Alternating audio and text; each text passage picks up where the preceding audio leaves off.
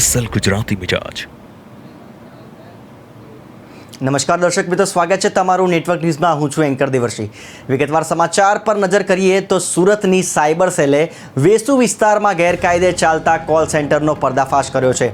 આ ગેંગ સુરતથી દક્ષિણ ભારતીયોને નિશાન બનાવી તેમની પાસેથી ખંડણી ઉઘરાવતી હતી।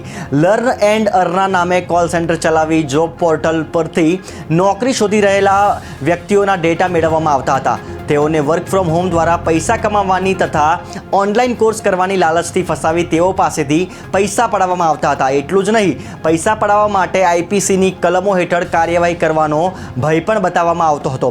સાયબર સેલે ગેરકાયદેસર ચાલતા કોલ સેન્ટરમાં એક મહિલા સહિત 10 આરોપીઓને ઝડપી લીધા હતા। પોલીસે આ ગુનામાં સંડોવાયેલા અન્ય 3 ઇસમોને વોન્ટેડ જાહેર કર્યા છે।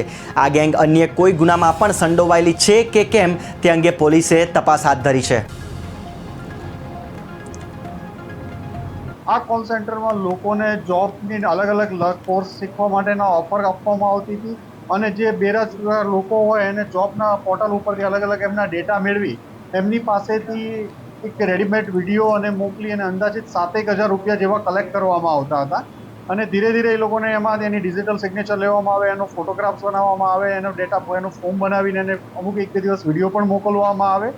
આવી રીતે એક આ ચીટિંગનું ચાલતું હતું। પછી જો 7,000 રૂપિયા મેળવ્યા પછી પણ એમને ન થાય તો આગળ એમને ગ્રાહક સુરક્ષામાં અને એની અલગ અલગ સાઇટ ઉપરની ખોટા ફોટા મોકલી 44,000 રૂપિયા જેટલું બીજા એમની પાસે વધુ માંગવામાં આવતા હતા કે જો આ નહીં આપવામાં આવે તો તમારી પાસેથી લીગલ એક્શન લેવામાં આવશે। એમ ગ્રાહક સુરક્ષાની સાઇટ ઉપર જઈ અને એક આખું એનું ફોર્મ જનરેટ કરે, એની ડિજિટલ સિગ્નેચર, એનું ફોર્મ પહેલેથી હોય તો એ બધું સાથે અપલોડ કરી અને એમને બ્લેકમેલિંગ કરી અને એમની પાસેથી પૈસા વસૂલવામાં આવતા હતા।